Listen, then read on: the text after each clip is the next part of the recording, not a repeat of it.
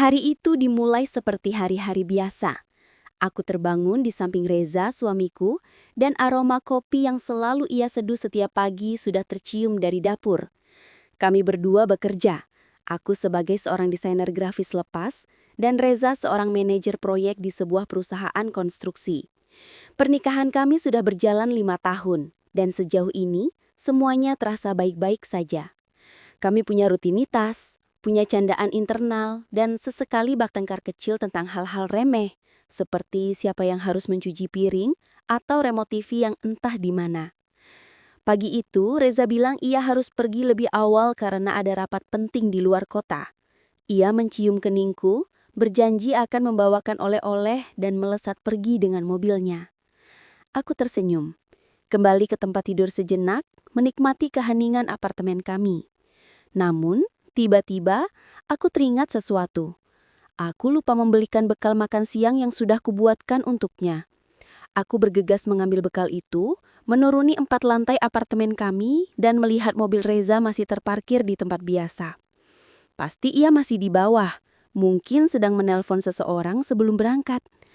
Aku membuka pintu mobilnya, bermaksud meletakkan bekal itu di kursi penumpang. Dan saat itulah aku melihatnya. Di kursi belakang, terbungkus rapi dalam kantung pakaian pelindung transparan tergantung, sebuah gaun pengantin. Putih bersih dengan detail renda yang rumit dan kilau payat yang samar-samar terlihat. Jantungku serasa berhenti berdetak. Dunia seolah membeku di sekitarku. Udara mendadak terasa tipis dan kakiku lemas. Aku berpegangan pada pintu mobil, berusaha mencerna apa yang kulihat. Gaun pengantin. Di mobil suamiku. Pikiranku berputar kencang. Untuk siapa gaun ini? Apakah ini untuk adik iparku? Tidak mungkin, dia sudah menikah tahun lalu. Temanku? Tidak mungkin, tidak ada teman dekatku yang akan menikah dalam waktu dekat. Dan lagi, kenapa harus ada di mobil Reza? Kenapa ia tidak pernah memberitahuku?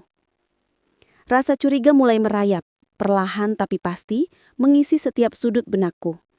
Curiga yang disertai dengan denyutan nyeri di ulu hati. Rasa cemburu yang tiba-tiba membakar. Mungkinkah Reza punya wanita lain? Mungkinkah ini gaun untuk pernikahannya dengan wanita itu? Aku menggelengkan kepala, berusaha mengusir pikiran-pikiran gila ini. Tidak, Reza tidak mungkin melakukan itu. Ia sangat mencintaiku. Atau setidaknya aku pikir begitu. Tapi gaun ini, keberadaannya di sini, tanpa penjelasan, tanpa sepatah kata pun darinya, adalah sebuah pengkhianatan yang nyata. Aku meraih ponselku, berniat menelponnya, menuntut penjelasan. Tapi jari-jariku bergetar. Apa yang akan kukatakan? Reza, kenapa ada gaun pengantin di mobilmu? Suaraku pasti akan terdengar bergetar, penuh tuduhan. Aku menarik nafas dalam-dalam, berusaha menenangkan diri. Mungkin ada penjelasan logis, mungkin ini hanya kesalahpahaman. Tapi di sisi lain, bayangan Reza dengan wanita lain di altar, dengan gaun itu, mulai muncul di kepalaku. Begitu nyata, begitu menyakitkan. Air mataku mulai menetes, panas, membasahi pipi. Aku merasa dikhianati, direndahkan, dan marah. Kemarahan itu memuncak, mengalahkan sedikit akal sehat yang tersisa. Aku memotret gaun itu berkali-kali, dari berbagai sudut. Jari-jariku mengetik dengan cepat, kemarahan dan rasa sakitku tumpah ruah dalam kata-kata yang kubuat di akun media sosialku. Aku tidak peduli lagi, aku hanya ingin semua orang tahu apa yang telah dilakukan suamiku. Aku ingin Reza merasakan sakit yang sama denganku. Aku tidak percaya ini. Setelah 5 tahun pernikahan, aku menemukan ini di mobil suamiku. Gaun pengantin. Tidak ada yang pernah bilang akan menikah. Tidak ada penjelasan. Apa artinya ini, Reza? Apa yang sudah kamu lakukan di belakangku? Aku menambahkan tagar, pengkhianatan, suami selingkuh, hancur, broken heart. Kemudian tanpa berpikir panjang, aku menekan tombol posting. Dalam hitungan detik, notifikasi mulai berdatangan. Postingan itu meledak. Hanya dalam beberapa menit, puluhan komentar dan likes membanjiri notifikasiku. Awalnya, ada rasa puas yang samar. semacam validasi bahwa perasaanku tidak salah. Orang-orang melihat, orang-orang bereaksi. Tapi kepuasan itu cepat tergantikan oleh ketakutan dan penyesalan yang mendalam. "Ya ampun Nisa, seriusan?" tulis Lia, sahabatku, yang langsung menelponku setelah itu. Aku tidak mengangkatnya. Aku tidak siap berbicara dengan siapapun. Aku hanya ingin bersembunyi. "Sabar ya Nis, pasti ada alasannya," komentar Dina, teman kantorku dulu. Tapi sebagian besar komentar lainnya jauh dari menenangkan. "Kurang ajar banget suamimu Nis, hajar aja. Cowok memang bajingan semua, dasar buaya darat. Gaun pengantin, ini sih sudah keterlaluan. Pasti ada wanita lain, ceraikan saja." Kemudian mulai muncul nama Reza di kolom komentar. Beberapa teman Reza, bahkan kerabat kami ikut berkomentar. Ada yang bertanya padanya, ada yang sudah terang-terangan menuduh. Dunia seakan runtuh di sekelilingku. Aku telah meluncurkan bom, dan kini ledakannya mengoyak-ngoyak tidak hanya perasaanku, tapi juga reputasi suamiku dan perlahan reputasiku sendiri. Ponselku terus bergetar. Mama menelpon, kakakku menelpon, bahkan ibu mertuaku menelpon. Aku membisu, tidak mengangkat satupun. Aku hanya duduk di tepi ranjang, menatap kosong layar ponsel, menyaksikan api yang baru saja kususun dengan tanganku sendiri melahap habis semua yang kami bangun. Gaun itu, yang semula hanya sebuah objek diam, kini telah menjadi simbol dari kehancuran yang tak terhindarkan. Bayangan Reza yang pulang ke rumah dan melihat postingan itu, melihat komentar-komentar yang menyerangnya, membuat hatiku mencelos. Apa yang akan dia katakan? Apa yang akan dia lakukan? Akan marahkah dia? Atau akankah dia mengaku? Pikiran itu membuat perutku mual. Aku mencoba mencari informasi di internet tentang gaun pengantin. Apakah ada acara pameran? Atau diskon besar-besaran? Mungkin Reza membelinya untuk orang lain sebagai hadiah? Tapi tidak ada yang masuk akal. Semua skenario yang kutulis di kepalaku berakhir pada satu kesimpulan. Reza berselingkuh. Air mataku kembali mengalir. Kali ini bukan karena kemarahan yang membakar, melainkan karena rasa sakit yang menyesakkan. Sakit karena dikhianati, sakit karena kebodohanku yang impulsif. Aku mulai meragukan setiap momen bahagia yang pernah kami lalui. Apakah semuanya palsu? Apakah tawar Reza, sentuhan lembutnya, kata-kata cintanya hanyalah topeng untuk menyembunyikan kebusukan di baliknya? Aku bangkit, berjalan ke dapur dan mengambil segelas air. Tanganku masih bergetar. Kulihat pantulanku di jendela. Mataku sembab, rambutku acak-acakan. Aku terlihat seperti seseorang yang baru saja kehilangan segalanya. Tiba-tiba, suara notifikasi yang berbeda muncul. Sebuah pesan langsung dari Reza. "Nisa, apa-apaan ini?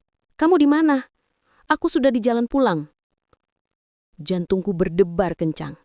Ia sudah melihat postinganku dan ia sedang dalam perjalanan pulang. Keringat dingin mulai membasahi dahiku. Aku tidak siap menghadapinya. Aku tidak siap menghadapi kemarahannya atau, yang lebih buruk, tatapan kecewanya. Aku tidak membalas pesannya. Aku hanya duduk di sofa, menunggu. Setiap deru mesin mobil yang lewat di jalanan membuatku terlonjak. Aku ingin waktu berhenti. Aku ingin bisa menarik kembali postingan itu. Aku ingin bisa memutar waktu kembali ke pagi hari ketika aku masih percaya penuh pada suamiku. Tidak butuh waktu lama sampai ku dengar suara kunci diputar. Pintu terbuka. Reza berdiri di ambang pintu dengan wajah yang tidak pernah kulihat sebelumnya. Wajahnya merah padam, matanya menyiratkan kombinasi antara kemarahan, kebingungan, dan kesedihan. Ia menatapku, dan pandangan itu menusuk sampai ke tulang. "Nisa," katanya. Suaranya pelan, tapi menusuk. "Apa yang kamu lakukan?" Aku tidak bisa menjawab. Tenggorokanku tercekat. Aku hanya menunduk, tidak sanggup menatapnya. Reza melangkah masuk, menutup pintu di belakangnya dengan suara lumayan keras. Tangannya masih memegang tas kerjanya. Tapi raut wajahnya, itu bukan wajah Reza yang kukenal. Biasanya, ia akan menghampiriku, memelukku, menanyakan bagaimana hariku. Kali ini, ia hanya berdiri beberapa langkah dariku. Tatapannya dingin dan tajam. "Nisa," ulang Reza, kali ini suaranya sedikit lebih tinggi. "Apa yang kamu posting itu? Apa maksud semua tuduhan itu?" Aku masih tidak bisa bersuara. Bibirku bergetar dan aku merasakan air mata kembali mengumpul di pelupuk mata. Aku ingin menjelaskan, tapi kata-kata tidak mau keluar. Bagaimana aku bisa menjelaskan rasa sakit dan kemarahan yang meluap ketika melihat gaun itu? Bagaimana aku bisa menjelaskan bahwa rasa cemburu telah membutakanku? Reza meletakkan tas kerjanya di lantai dengan bantingan kecil. Ia mengeluarkan ponselnya, membuka aplikasinya, dan menunjukkan layar ponselnya padaku. Di sana, terpampang jelas postinganku yang kini sudah memiliki ratusan komentar. Sebagian besar adalah sumpah serapah untuknya. "Kamu membaca semua ini?" tanyanya. Suaranya kini terdengar lebih putus asa daripada marah. "Kamu membaca semua tuduhan ini?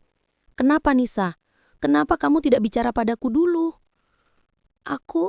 Aku melihat gaun pengantin itu di mobilmu, Reza. Gaun itu di kursi belakang." Reza memejamkan mata, menghela napas panjang, seolah sedang menahan amarah yang meledak-ledak. "Itu adalah sebuah kejutan, Nisa. Sebuah kejutan yang sekarang sudah kamu hancurkan." Dadaku sesak. Kejutan? Apa maksudnya? Pikiran-pikiran negatifku terlalu kuat untuk membiarkan penjelasan ini masuk. Aku sudah terlalu jauh menyelam ke dalam asumsi dan tuduhan. "Kejutan apa?" tanyaku dengan skeptis, meskipun ada sedikit harapan yang muncul. Harapan bahwa semua ini hanyalah kesalahpahaman belaka. "Besok adalah ulang tahun pernikahan kita yang kelima. Aku ingin membuat momen janji ulang. Aku ingin kita memperbaharui janji pernikahan kita di tempat di mana kita dulu menikah.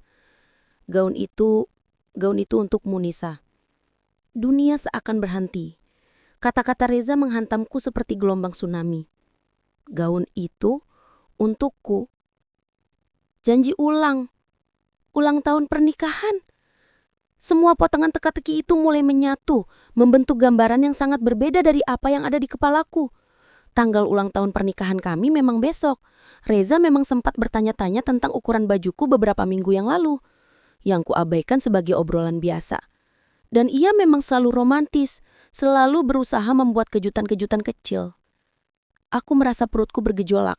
Rasa mual yang sebelumnya kurasakan kembali datang, kali ini jauh lebih kuat. Itu bukan lagi rasa mual karena cemburu, tapi karena penyesalan yang menghunjam. Rasa bersalah yang menusuk-nusuk. Aku telah melakukan kesalahan fatal. Kesalahan yang mungkin tidak bisa diperbaiki lagi. Reza tidak bergerak. Ia hanya berdiri di sana, menatapku dengan ekspresi yang tak bisa kuartikan. Jarak di antara kami yang semula hanya beberapa langkah, kini terasa membentang jauh sekali, seolah ada jurang tak terlihat yang memisahkan kami berdua.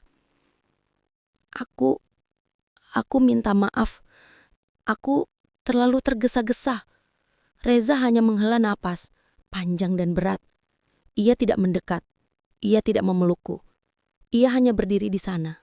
Dan aku tahu, di saat itu, sesuatu di antara kami telah pecah. Sesuatu yang mungkin tak akan pernah bisa kembali utuh. Malam itu adalah malam terpanjang dalam hidupku. Reza tidak mengatakan apa-apa lagi. Ia hanya masuk ke kamar, mengganti pakaiannya, dan tidur di sofa ruang tamu. Aku mendengarnya bergerak. Setiap suara kecil, setiap desahan, terasa seperti pisau yang mengiris hatiku. Aku tahu dia marah, terluka, dan mungkin juga jijik padaku. Aku mencoba tidur di kamar, tapi setiap kali memejamkan mata, bayangan gaun itu, postinganku, dan wajah kecewa Reza muncul berulang-ulang. Penyesalan itu begitu besar, begitu menghimpit, hingga rasanya sulit bernapas. Aku berulang kali meraih ponselku, ingin menghapus postingan itu, ingin meminta maaf di depan umum. Tapi apa gunanya? Kerusakan sudah terjadi. Reputasi Reza sudah tercoreng. Hubungan kami sudah retak. Keesokan paginya, aku bangun dengan mata bengkak dan kepala pening. Aku keluar dari kamar dan melihat Reza sudah bersiap untuk bekerja. Ia memakai kemeja rapi, dasinya sudah terpasang sempurna. Tapi ada yang berbeda. Ia tidak menyeduh kopi. Ia tidak menyapaku. Ia hanya mengambil kunci mobilnya dan berjalan menuju pintu. "Reza," panggilku pelan. Ia berhenti tapi tidak berbalik. Aku benar-benar minta maaf," kataku. Suaraku masih serak. "Aku tahu aku salah. Aku seharusnya tidak bertindak sejauh itu." Ia berbalik, akhirnya menatapku. Tapi tatapannya masih dingin, jauh. Minta maaf saja tidak akan menghapus semua komentar itu, Nisa. Tidak akan menghapus semua keraguan di kepala teman-temanku, kolega-kolegaku, bahkan keluarga kita. "Aku tahu," aku katakan. Air mata kembali mengalir. "Aku akan menghapus postingannya. Aku akan membuat klarifikasi." Reza hanya mengangguk pelan. "Lakukan saja," katanya datar. "Tapi apakah itu cukup?" Ia membuka pintu. Dan sebelum ia melangkah keluar, ia berkata, "Aku sudah bilang pada bos, aku tidak bisa pergi keluar kota hari ini. Aku akan bekerja dari kantor." Suaranya tidak menunjukkan emosi apapun. Tidak ada kemarahan yang meluap, tidak ada sindiran. Hanya kelelahan yang mendalam.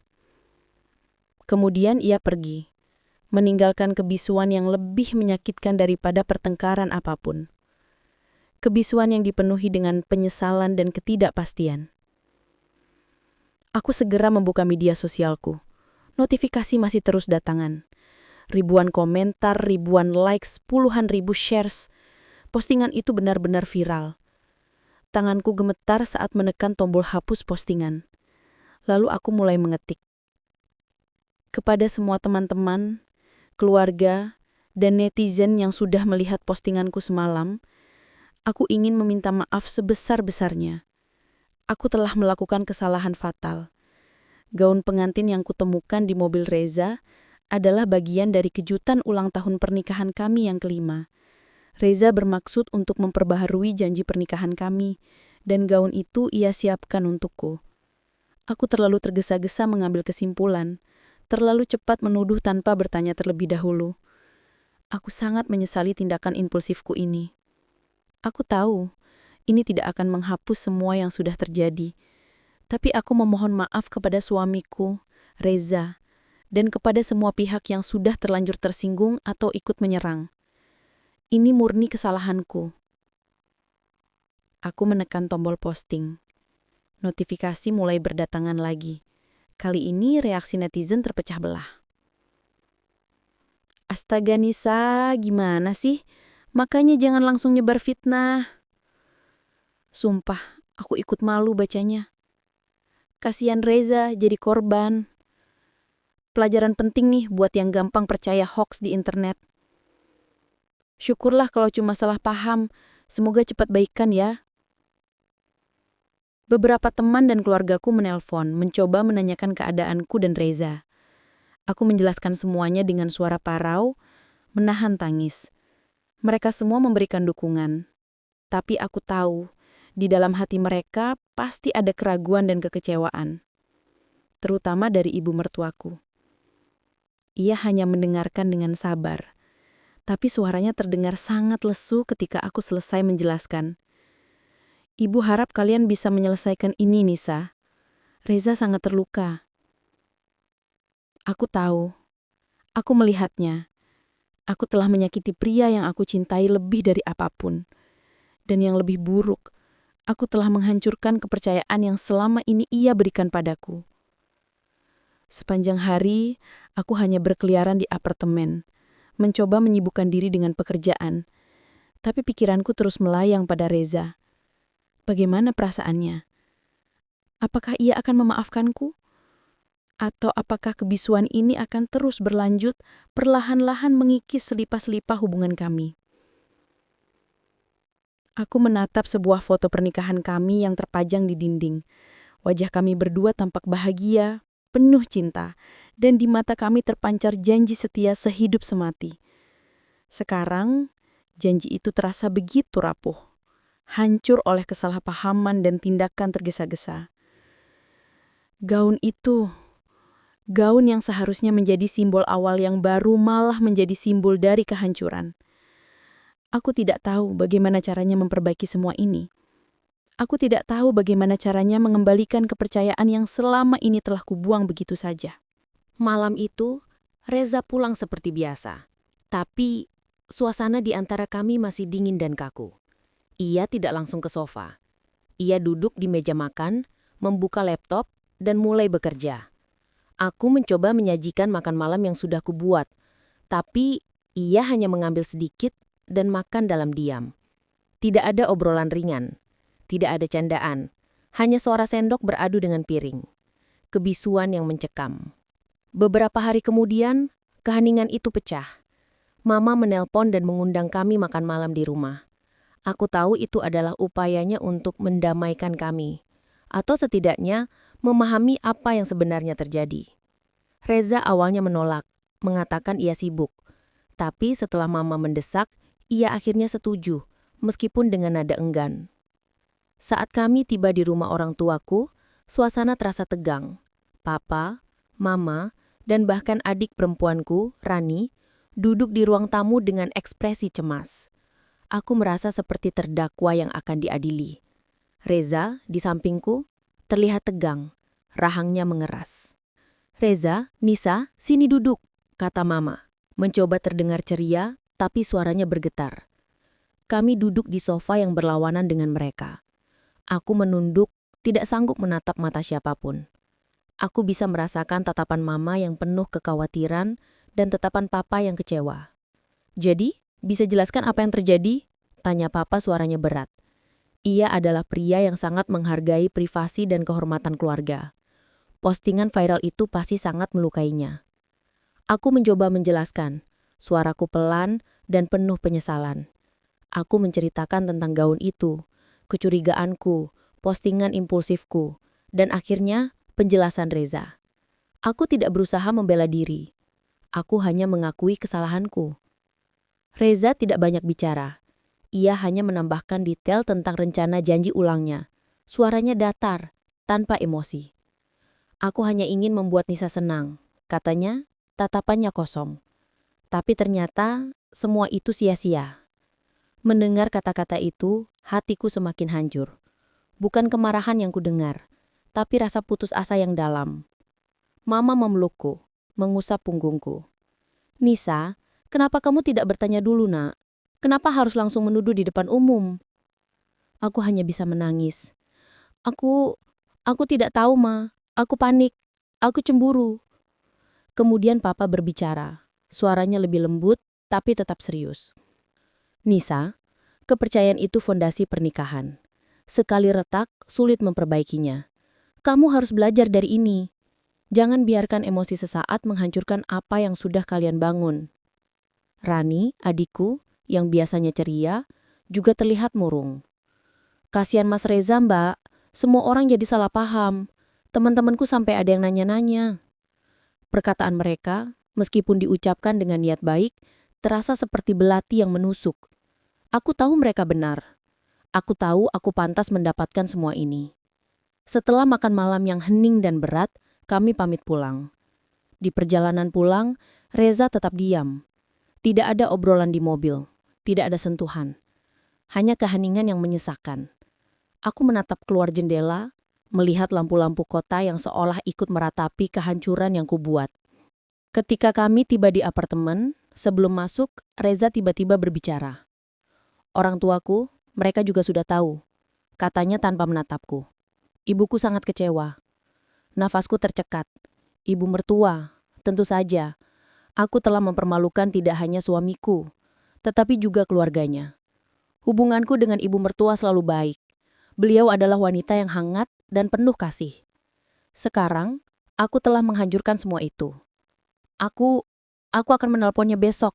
Aku akan minta maaf padanya, kataku suaraku bergetar. Reza hanya mengangguk pelan. Lakukan saja, katanya lagi dengan nada datar. Kemudian ia masuk, meninggalkan aku di ambang pintu. Merasa sendirian dan dihantui oleh bayangan tatapan kecewa semua orang. Pesan masuk di ponselku, dari Lia, sahabatku. Nis, ada yang kirim screenshot dari postingan lama kamu yang sekarang udah kamu edit. Yang kamu hapus itu. Orang-orang mulai ngejudge kamu karena gampang bikin drama. Seketika duniaku terasa gelap. Postingan itu sudah dihapus, sudah kuklarifikasi. Tapi jejak digital tidak pernah benar-benar hilang. Internet tidak pernah lupa. Dan kini, aku bukan hanya menjadi istri yang menuduh suaminya berselingkuh, tapi juga wanita yang impulsif, gampang termakan emosi, dan pembuat drama. Pagi yang seharusnya menjadi hari perayaan ulang tahun pernikahan kami, kini menjadi hari yang kelam, penuh penyesalan, dan dihantui oleh konsekuensi dari tindakan tergesa-gesaku. Aku menatap gaun pengantin yang terletak di kursi belakang mobil Reza yang belum sempat ia bawa masuk. Gaun itu tampak begitu indah, begitu polos. Tidak sebanding dengan kekacauan yang telah kubuat. Beberapa hari setelah kejadian itu, hidupku terasa seperti neraka. Komentar-komentar di media sosial memang tidak lagi mengalir deras seperti sebelumnya, tapi jejaknya tetap ada. Beberapa akun gosip dan grup-grup online bahkan membagikan ulang screenshot postingan asliku, membandingkannya dengan klarifikasiku, dan menjadikanku bahan perbincangan. Aku dijuluki si Nisa drama, istri kompor, atau ratu cemburu. Aku mencoba mengabaikannya, tapi setiap kali membuka media sosial, rasanya seperti dilempari batu. Teman-teman yang dulu sering berinteraksi denganku, kini banyak yang menjaga jarak. Bahkan ada beberapa klien yang membatalkan proyek desain grafis mereka denganku. Mungkin karena mereka tidak ingin berurusan dengan seseorang yang sedang viral dengan cara negatif. Di rumah, situasi dengan Reza tidak membaik. Kebisuan di antara kami semakin tebal. Kami hidup seperti dua orang asing di bawah satu atap. Ia tetap bekerja dari rumah sebagian besar waktu, menghindari interaksi sosial yang mungkin melibatkan pertanyaan-pertanyaan tidak nyaman tentang dirinya. Aku mencoba berbicara dengannya, mencoba meminta maaf lagi, mencoba menjelaskan perasaanku. Tapi ia hanya menanggapinya dengan anggukan atau jawaban singkat. Reza, aku tahu aku salah. Aku sangat menyesal, kataku suatu malam saat ia sedang membaca buku di sofa. Ia menurunkan bukunya, menatapku, tapi tatapannya tetap kosong. Aku sudah dengar Nisa, berulang kali. Aku hanya ingin tahu, apakah kamu bisa memaafkanku? Tanyaku, suaraku bergetar. Ia menghela nafas. Memaafkan itu satu hal Nisa, tapi melupakan, mengembalikan kepercayaan yang sudah hilang, itu masalah lain. Ia kembali menatap bukunya, seolah percakapan ini sudah berakhir. Kata-katanya menusuk. Aku tahu ia benar. Aku telah menghancurkan sesuatu yang rapuh dan berharga, dan aku tidak tahu bagaimana cara memperbaikinya. Aku mencoba menelepon ibu mertua. Beliau mengangkat teleponku, tapi suaranya terdengar dingin, tidak sehangat biasanya. Aku menjelaskan lagi, meminta maaf berulang kali. Beliau hanya mendengarkan. Nisa, ibu tahu kamu tidak sengaja, tapi tindakanmu itu sudah sangat menyakiti Reza. Dia anak ibu, dan ibu tahu betapa ia mencintaimu. Sekarang, ia terlihat sangat hancur. Aku tahu, Bu, aku akan berusaha memperbaikinya. Janjiku, air mata mengalir lagi. Ibu harap begitu. Jawabnya, suaranya mengandung keraguan yang jelas. Ibu berdoa yang terbaik untuk kalian. Telepon terputus, dan aku kembali merasa sendirian. Aku telah menghancurkan tidak hanya hubungan kami, tapi juga hubungan baikku dengan keluarga Reza. Suatu sore, aku memberanikan diri untuk mengintip ke dalam mobil Reza. Gaun pengantin itu masih ada di sana, terbungkus rapi. Kini, setiap kali melihatnya bukan lagi kecemburuan yang kurasakan, melainkan rasa sakit dan penyesalan yang mendalam. Gaun itu adalah saksi bisu dari kebodohanku, dari tindakan impulsif yang menghancurkan sebuah kejutan romantis dan mungkin saja sebuah pernikahan. Aku mencoba mencari tahu tentang vendor gaun itu, berharap bisa menghubungi mereka dan setidaknya menawarkan untuk membayar ganti rugi jika Reza memutuskan untuk tidak memakainya lagi. Aku menemukan label kecil di bagian bawah kantung gaun itu, sebuah butik pengantin terkenal di pusat kota. Aku memutuskan untuk pergi ke sana.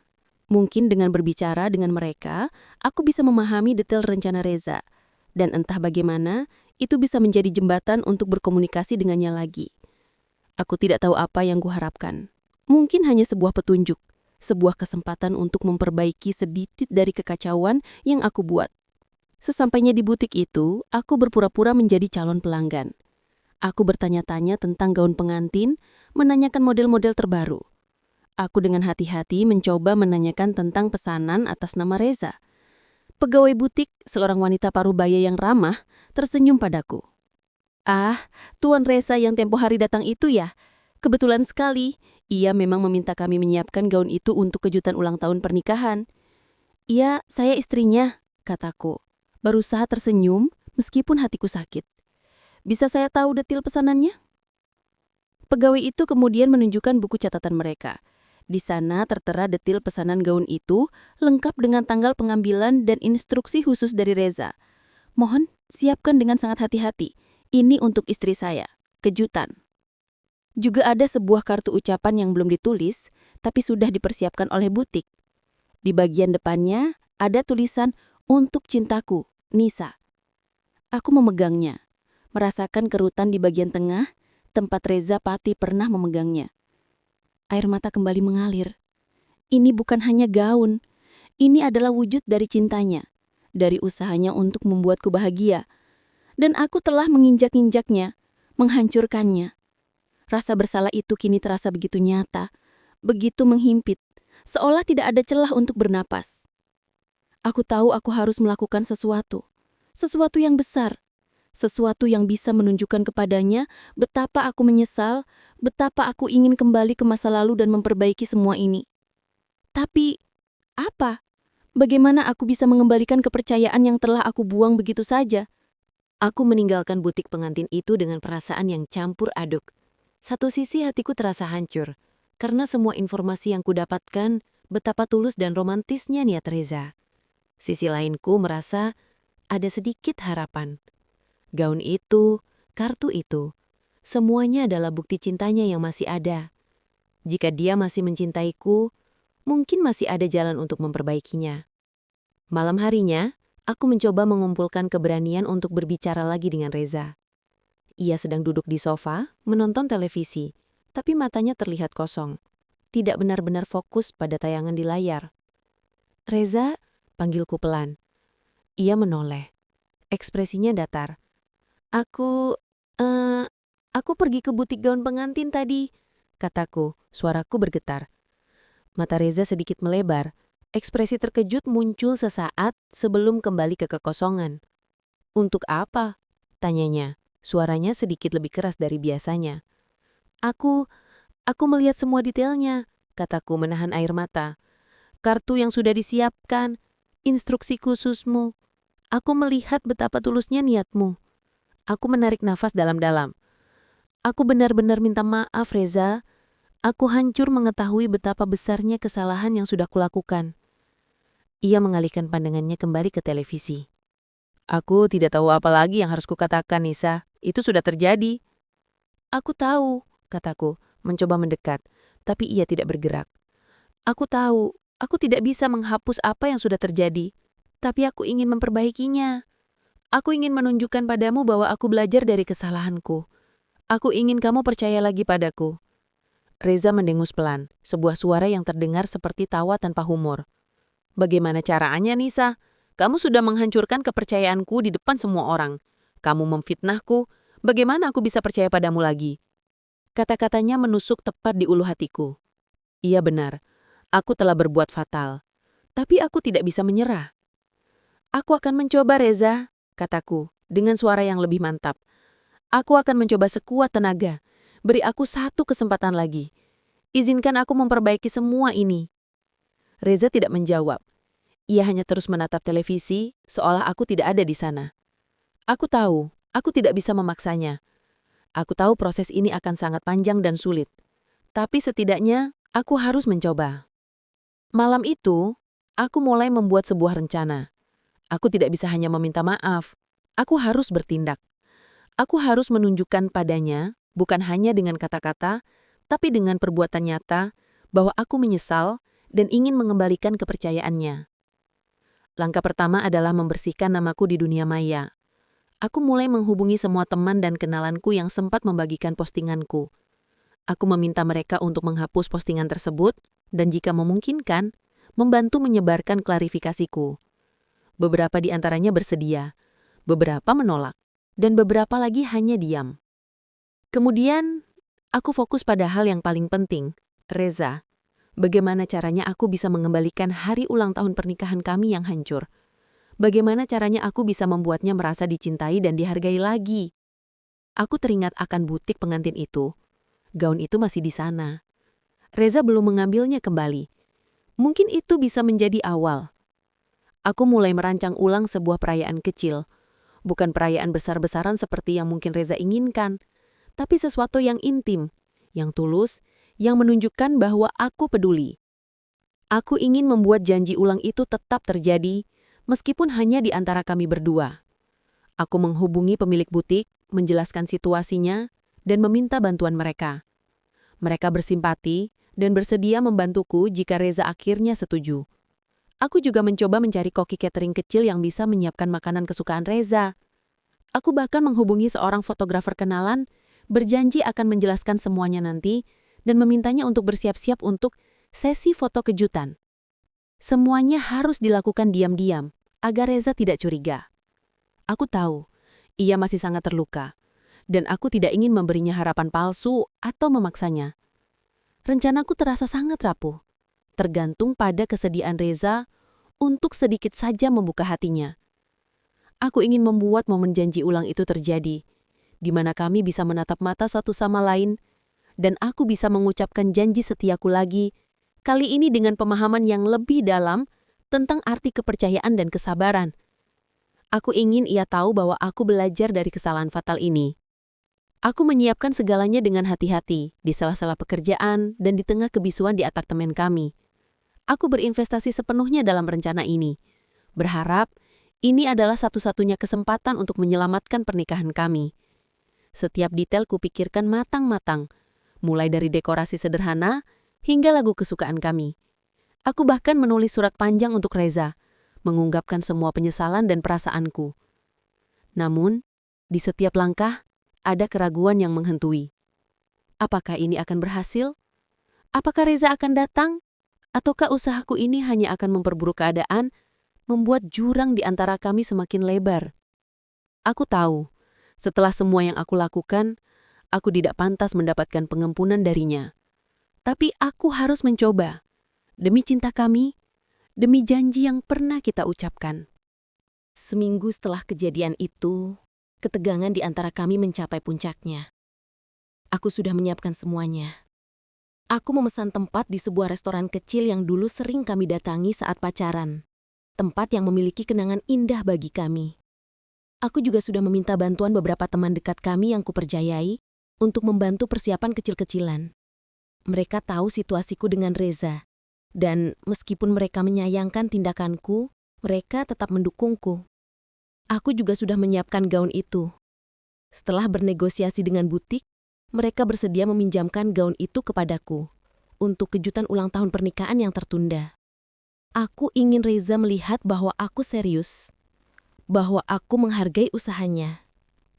Malam itu, aku mengenakan gaun putih sederhana yang pernah kupakai di pesta ulang tahun pernikahan pertama kami.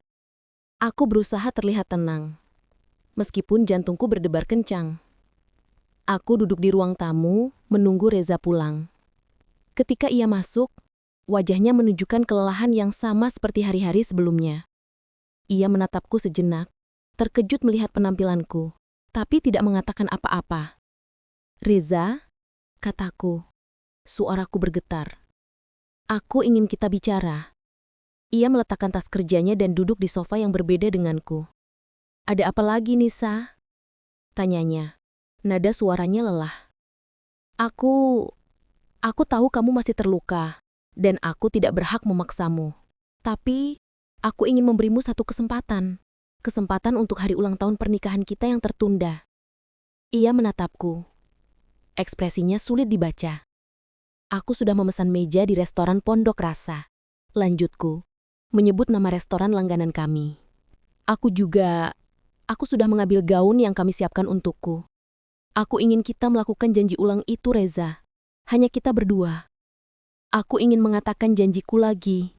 Kali ini dengan hati yang lebih tulus.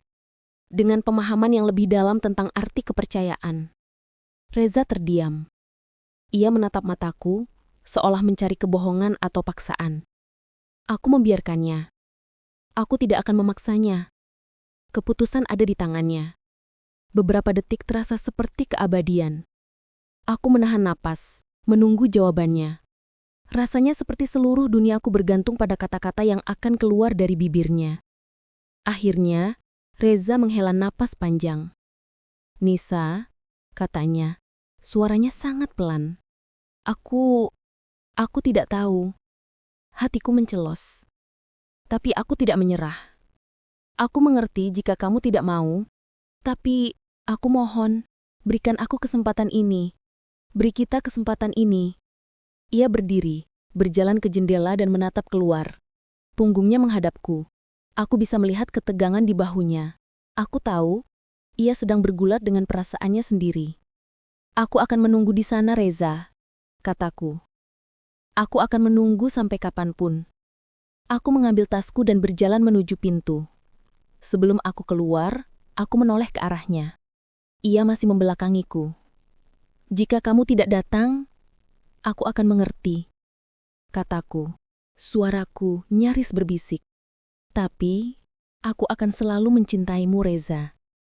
Kemudian aku pergi, meninggalkan Reza sendirian di apartemen. Perjalanan ke restoran terasa sangat panjang. Setiap tikungan, setiap lampu merah, terasa seperti ujian kesabaranku. Aku tiba di restoran dan sudah ada beberapa teman yang membantuku mendekorasi meja dengan bunga dan lilin sederhana. Fotografer juga sudah siap di sudut, meskipun aku memintanya untuk tidak terlalu menonjol. Aku duduk di meja kami yang telah didekorasi, menatap pintu masuk restoran, berharap melihat sosok Reza. Setiap kali pintu terbuka, jantungku berdebar kencang, hanya untuk kecewa lagi dan lagi. 1 jam berlalu, 2 jam berlalu, teman-temanku mulai menatapku dengan simpati. Tapi aku hanya menggeleng. "Aku akan menunggu," kataku pada mereka. Aku mulai merasa putus asa. Apakah benar-benar ia tidak akan datang? Apakah ini adalah akhir dari semuanya? Rasa dingin mulai merayapi hatiku. Aku telah mencoba, aku telah berusaha, tapi mungkin ada beberapa kerusakan yang memang tidak bisa diperbaiki. Tepat ketika aku mulai berpikir untuk menyerah, ketika air mata sudah menggenang di pelupuk mataku, pintu restoran terbuka lagi. Seorang pria berdiri di sana. Ia mengenakan kemeja yang sama dengan yang dipakainya pada hari pernikahan kami, yang sudah lama tidak ia pakai. Rambutnya sedikit acak-acakan, tapi di matanya ada sedikit kehangatan yang akhirnya kembali. "Reza." Ia menatapku, melihat gaun putih yang kukenakan, melihat lilin dan bunga di meja kami, dan kemudian ia tersenyum. Senyuman yang telah lama kurindukan. "Maaf aku terlambat," katanya. Suaranya pelan. Aku harus mencari kemeja ini dulu." Air mata kebahagiaan akhirnya membasahi pipiku. Ia datang. Ia memberiku kesempatan. Aku berdiri, air mata mengalir deras. Ia berjalan ke arahku dan kali ini ia tidak ragu. Ia memelukku erat, pelukan yang sama hangatnya, sama melegakannya seperti dulu. Aku membalas pelukannya, merasakan kehangatan tubuhnya, dan di pelukannya, aku tahu ada harapan. "Terima kasih," bisikku di telinganya. "Terima kasih sudah memberiku kesempatan." Reza hanya mengangguk, masih memelukku. Aku juga ingin kesempatan kedua, Nisa.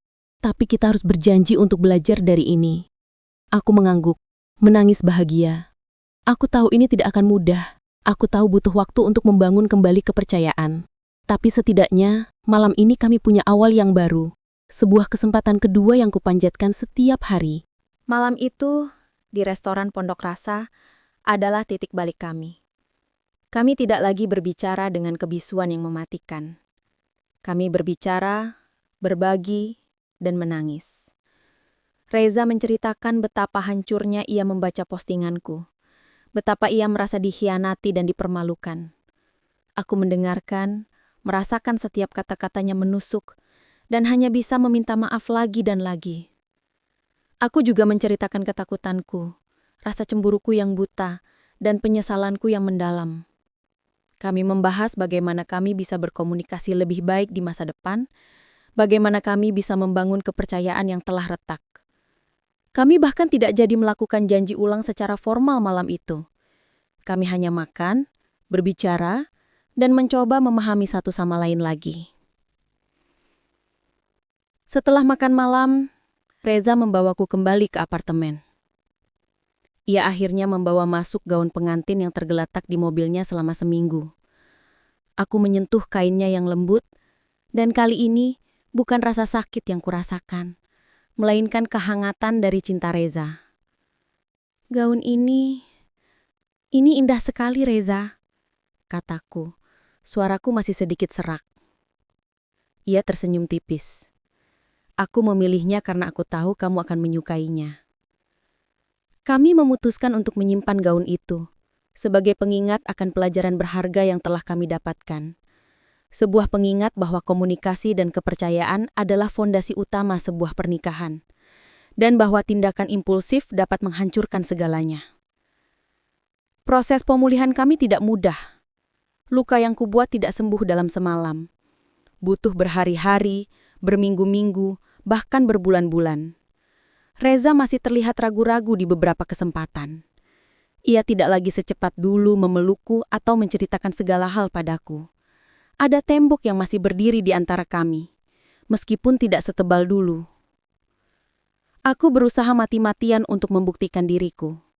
Aku lebih terbuka, lebih jujur tentang perasaanku, dan yang paling penting, lebih sabar. Setiap kali ada keraguan, aku tidak langsung menarik kesimpulan. Aku mencoba bertanya, mencoba mencari tahu, mencoba memahami. Aku juga aktif dalam membersihkan namaku di media sosial. Aku membuat lebih banyak klarifikasi, membagikan cerita kami, dengan persetujuan Reza, sebagai pelajaran untuk orang lain tentang dampak buruk tindakan impulsif di era digital. Beberapa orang tetap skeptis, tapi banyak juga yang memberikan dukungan dan salut atas kejujuranku. Teman dan keluargaku secara bertahap mulai kembali berinteraksi dengan kami. Ibu mertuaku, setelah beberapa kali percakapan mendalam, akhirnya mulai melunak. Ia melihat usaha kami berdua, dan secara perlahan, ia kembali memberikan dukungan. Namun yang paling sulit adalah membangun kembali kepercayaan dari Reza. Aku tahu ia masih terluka, dan aku tidak bisa memaksanya untuk melupakan apa yang terjadi. Aku hanya bisa terus berusaha, terus menunjukkan bahwa aku pantas mendapatkan kepercayaannya lagi. Suatu malam sekitar 3 bulan setelah kejadian itu, kami sedang makan malam di rumah. Reza tiba-tiba menatapku. "Nisa," katanya, "aku sudah berpikir keras tentang ini. Dan aku ingin kita melakukannya." Aku menatapnya bingung. "Melakukan apa?" Ia tersenyum tipis, senyum tulus yang sudah lama kurindukan. "Janji ulang kita. Aku masih ingin memperbarui janji kita. Tapi kali ini, aku ingin kita melakukannya dengan pemahaman yang lebih dalam, dengan kesadaran akan betapa berharganya setiap janji itu." Air mataku kembali mengalir, kali ini bukan karena kesedihan atau penyesalan, melainkan karena kebahagiaan yang tak terhingga. Ia benar-benar memberiku kesempatan kedua. Ia benar-benar berusaha untuk memaafkanku.